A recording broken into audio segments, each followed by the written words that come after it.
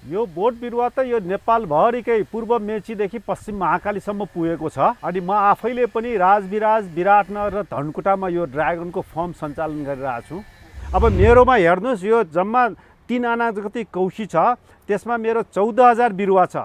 उत्पादनै गर्दा पनि धेरै उत्पादन हुन्छ, पैसाको बिरुवाको हिसाबमा पनि धेरै हुन्छ। यो उदाहरण, ज्वलन्त उदाहरण हो कि कौशीमा राम्रो गर्न सकिन्छ भनेर। मासिक रूपमा भने त्यस्तो हुँदैन, मासिक रूपमा होला 3 लाख जतिको होला। अनि वार्षिक रूपमा त्यही हिसाबले 20-25 देखि 30 लाखसम्मको भन्नुहोस् न। हजुर नमस्कार, यहाँलाई पनि यो ड्रागन हाउसमा स्वागत छ। हजुरको परिचय दिनु न। मेरो नाम बलराम प्रजापति। यो मेरो ड्रागन फार्म चाहिँ भक्तपुरको सूर्य विनायक चोक नजिकै छ। हजुर, यो चाहिँ कति वर्षदेखि सुरु गर्दै हुनुहुन्छ? म यो व्यावसायिक रूपमा सुरु गरेको 2 वर्ष भयो, तर करिब 20 वर्ष अगाडिदेखि नै यो सम्बन्धी अनुसन्धानत्मक रूपमा हेर्दै आएको थिएँ।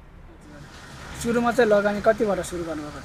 सुरुमा यो ड्रागनको सुरुमा खेती गर्ने यो भकुन्दे बेसीको भेषमान श्रेष्ठ हुनुहुन्थ्यो। उहाँ र म इन्डिया गएर सुरुमा 100 बोट ल्याएँ। त्यसपछि त्यही हप्ता र महिना गरेर करिब 2000 बोट पुर्याएर मैले सुरु गरेको थिएँ। लगानी चाहिँ कति लागेको थियो? लगानी अहिलेसम्ममा सबै गर्दा करिब 5 लाख जति लगानी लाग्यो। घर परिवारमा को हुनुहुन्छ? घर परिवारमा यो काम गर्दा श्रीमती र म मात्र हुँ। छोराछोरी कता हुनुहुन्छ? छोराछोरीहरू आफ्नैतिर, आफ्नै काममा, विदेशतिर, यहीँ पनि आफ्नै काममा व्यस्त। हजुर, मान्छे यहाँ चाहिँ बुढाबुढी लागिराख्नु भएको? हजुर।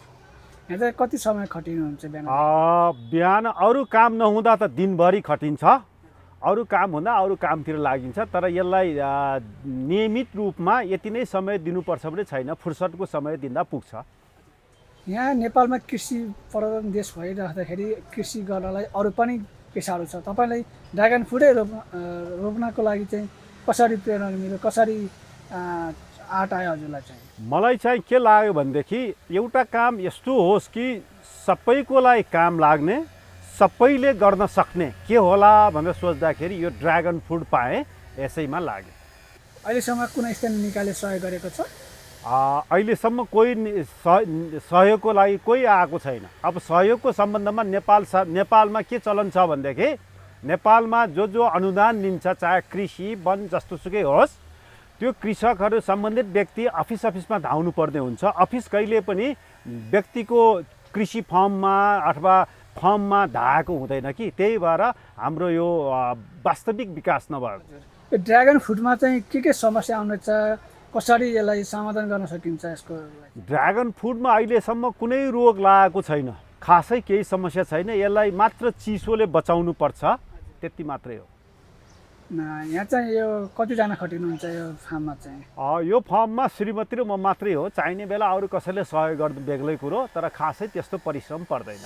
बजारको मूल्य चाहिँ कस्तो छ अहिले? बजारको मूल्य योभन्दा 2 वर्ष अगाडि त किलोको 2500 रुपियाँ भन्थ्यो, अहिले चाहिँ किलोको 700-800।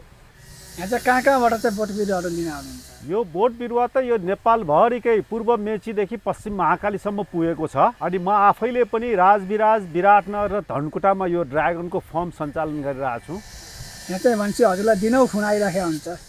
दिनमा त 50औं कल फोन आइरहेको हुन्छ। अहिले दिनमा चाहिँ कति जति बिक्री हुन्छ? बिक्रीको हिसाब गर्दा दिनमा 10,000 सम्मको रेन्जमा बिक्री हुन्छ। त्यसै गरी मासिक अथवा वार्षिक रूपमा चाहिँ अब यसलाई त अब बढोत्तरी छ। अहिले यो हिसाबले करिब केही नभए पनि वर्षमा 20 लाख जतिको बिरुवा बिक्छ अहिले, तर त्यो बढोत्तरी छ। अहिले चाहिँ मासिक रूपमा चाहिँ कति कमाइराख्नु भएको छ? मासिक रूपमा भने त्यस्तो हुँदैन, मासिक रूपमा होला 3 लाख जतिको होला। अनि वार्षिक रूपमा? वार्षिक रूपमा त्यही हिसाबले 20 देखि 30 लाखसम्मको भन्नुहोस् न।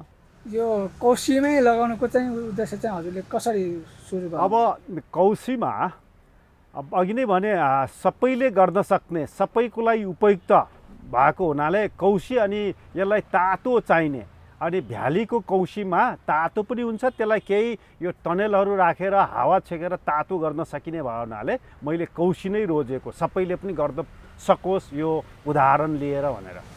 हजुर चाहिँ उमेरको हिसाबले कति हुनु? उमेरको हिसाबले म 62-63 वर्ष भएँ। पढाइ चाहिँ कति? पढाइ मैले स्नातकसम्मको अध्ययन। यो ड्रागन फ्रुट गर्नुहुन्छ अगाडि के कार्य गर्नुहुन्छ? म सरकारी जागिरमा थिएँ।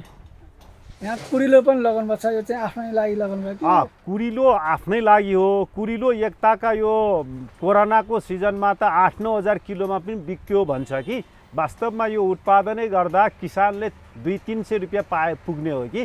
त्यसकारण यसलाई चाहिँ आफैले बिउ बनाएर रोप्न सकिन्छ भनेर उदाहरण दिनलाई पनि मैले केही कुरिलोहरू राखेको। यदि कसैले तपाईँको यो अहिले भिडियो हेरिराख्ने महानुभावहरूले चाहिँ ड्रागन फ्रुट लगाउनु भयो भने चाहिँ त्यसलाई चाहिँ सुरुमा चाहिँ कसरी लगाउन सकिन्छ? अब सुरुमा लगाउँदाखेरि कौशीमा लगाउँदा त केही नभए पनि 1000 रुपियाँको बिरुवा लगेर पनि सुरु गर्न सकिन्छ। अब जमिनको हकमा त जमिनमा अलिकति खटिनु पर्ने, अलिकति व्यवस्थित गर्नुपर्ने भावनाले त्यसलाई चाहिँ करिब 1 लाख रुपियाँदेखि सुरु गर्नुपर्छ जस्तो लाग्छ। यहाँ चाहिँ अहिले अनुमानमा कतिवटा बिरुवाहरू चाहिँ छ होला? मसँग अहिले 13 देखि 14 हजारको बिचमा यो बोटहरू छ। त्यसमध्ये 2000 जति बोट फलिरहेको र फल्दै आएको बोट छ र बाँकी चाहिँ बिरुवा ठुलो सानो गरेर छ।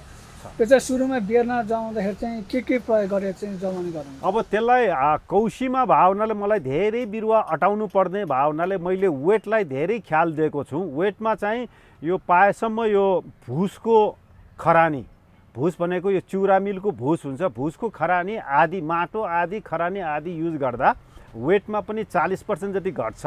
त्यसपछि त्यो भुसले माटो खुकुलो गर्छ र मलको रूपमा पनि काम दिन्छ र त्यसले कमिलालाई पनि बचावट गर्छ। भनेपछि ड्रागन फ्रुट गर्दाखेरि चाहिँ फाइदा छ। यसमा यति फाइदा छ कि जति यो ड्रागनको बिरुवाको प्रचार भएको छ, यदि फलको प्रचार भइदिएको भए प्रत्येक व्यक्तिको मुखमा ड्रागन भन्ने हुन्छ र ड्रागन खाउँ भन्ने हुन्छ। एउटा ड्रागन करिब 200 रुपियाँको लिएर खाँदाखेरि त्यसलाई 8 टुक्रा गर्दा त 2500 रुपियाँ पर्छ। 25 रुपियाँको दिनमा अथवा हप्ताको 4-5 पटक खाने हो भनेदेखि त्यसलाई खासै रोगहरू लाग्दैन। रोग लागेको पनि केयर हुँदै घट्दै जान्छ। यो चाहिँ कति दिन अथवा कति महिनामा चाहिँ उत्पादित हुन्छ? अब यो चाहिँ सानो बिरुवा, थोरै सानो बिरुवाको चाहिँ 3 वर्षमा उत्पादन भन्ने हुन्छ। अब जस्तै यो बिरुवा चाहिँ यही वर्ष फल्ने बिरुवा हो। हेर्नुहोस् माटो थोरै छ, यो म्याच्योर बिरुवा हो। यो 1-2 महिनाभित्रै यसमा फल लाग्छ।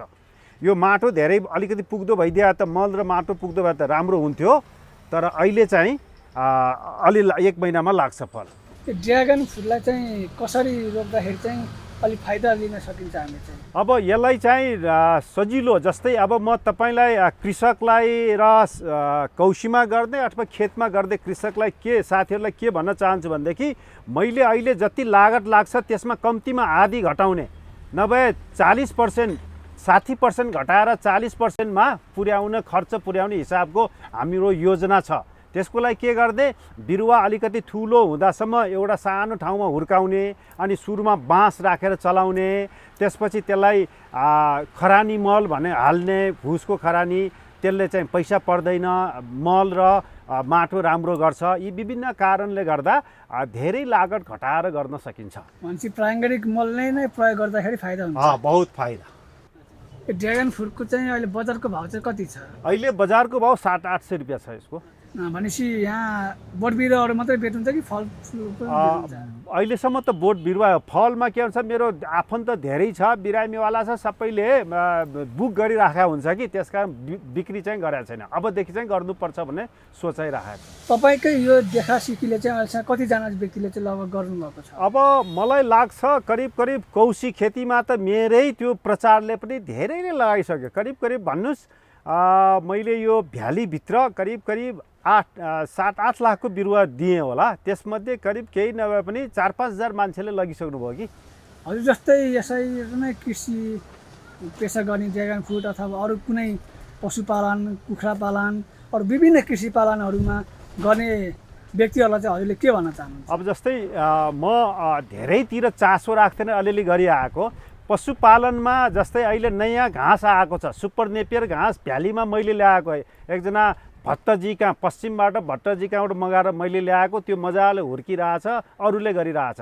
कमसेकम 5-7 पुस्ता 10औँ पुस्तादेखि पशुपालन गर्दा पनि घाँसको व्यवस्था गर्दैन, त्यही निर्वाहमुखी मात्र गरे आउँछ। नयाँ प्रविधि आएछ, त्यसलाई पनि ज्ञान लिएर गर्नुपर्छ भन्ने लाग्छ, चाहे कृषि होस् चाहे पशु होस्। अनि यो ड्रागनको हकमा चाहिँ एउटा के छ भनेदेखि यो जमिन बाँझो छ, यो कौशीमा सानो कौशीमा 2-4वटा बिरुवा लाएर कौशीको युट्युब देखाएर बहुत नराम्रो प्रचार गर्यो भने गर्छन् मान्छेले।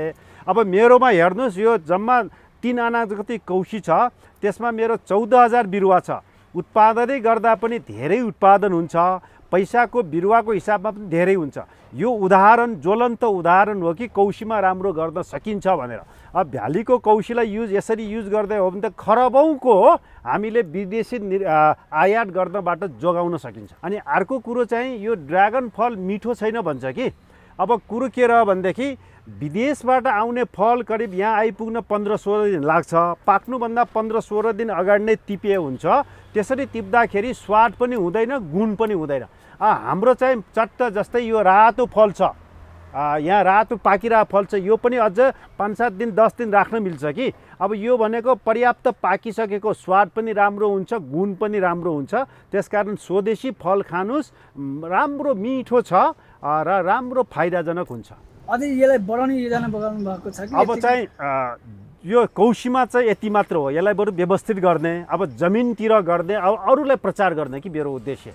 हजुर जस्तै कृषकहरूलाई चाहिँ स्थानीय निकायले चाहिँ अझ केमा विशेष प्राथमिकता दिए जस्तो लाग्छ? अब कृषककै कुरा गरेर यहाँ आउनुहुने उहाँहरूले के भन्नुभयो, ओहो यहाँ त उहाँलाई गुरु जस्तै मानेका छौँ, हामीले गुरु जस्तै सिकेका छौँ, उहाँको यो ड्रागनको तीर्थ आएको जस्तो लाग्यो हामीलाई भनेर उहाँहरूको शब्द हो यो, त्यसरी भन्नुहुन्छ। अनि मलाई पनि यो दिनमा 100औं कल फोन आउँछ ड्रागनको बारे, कसैको फल झऱ्यो, फुल आएन, के भन्नुहुन्छ कि मैले सक्दो ज्ञान दिएको छु। अब म के भन्छु भनेदेखि मैले यो 15-20 वर्ष अगाडिदेखि ड्रागनमा अनुसन्धात्मक रूपमा हेर्दै आएको ज्ञानलाई म 15-20 मिनटमा पनि सबैलाई दिन चाहन्छु। मान्छे यहाँ आउने महानुभावहरूलाई त सबैले मजाले दिनभरि यही गर्दै थकाइ लाग्छ बेलुका, ल तर आनन्द आउँछ। मान्छे तालिम लिएर गर्नुभयो कि त्यसै गर्नुभयो? होइन, त्यतिकै हो, सामान्य सजिलोसँग सिकाइदिने। यहाँ चाहिँ तपाईँहरू कहाँ ड्रागन फ्रुटको बोट बिरुवा लिएर आउनु चाहिँ कसरी सम्पर्क गरेर चाहिँ यहाँ आउन सकिन्छ? अब भक्तपुरको सूर्यविनायक चोक नजिकै भइगयो ड्रागन फार्म चाहिँ भक्तपुरको सूर्यविनायक चोक नजिकै छ। हामीले सोध्न बिर्सेको र हजुरलाई केही भन्न मन छ भने अन्तिममा भन्न सक्नुहुन्छ? त्यस्तो कुरो त खासै छैन। अब यहाँ पुरा व्यावहारिक रूपमा लागेकोमा अलिकति फोकस दिएर चाँडो चाँडो गएर प्रचार राम्रो गरिदिनु हुन म अनुरोध गर्दछु। अहिलेसम्म कृषि ज्ञान केन्द्र ललितपुरबाट भक्तपुरबाट केही पाउनु भएको छ? सायद उहाँलाई यो मेरो ड्रागन फार्मै थाहा छैन होला। करिब अहिलेसम्म 3-4 लाखले हेरिसक्नुभयो होइन। उहाँलाई थाहा छ, थाहा छैन, थाहा भएन। थाहा भएको भए त आइहाल्नुहुन्थ्यो। मान्छे अरू व्यक्तिहरूलाई दिन्छ जुन वास्तविक किसान हो त्यसलाई चाहिँ अहिलेसम्म पाएको छैन। त्यस्तै जस्तो लाग्यो कि। हजुर हुन्छ, हामीलाई समय दिनुभएकोमा हजुरलाई विशेष धन्यवाद।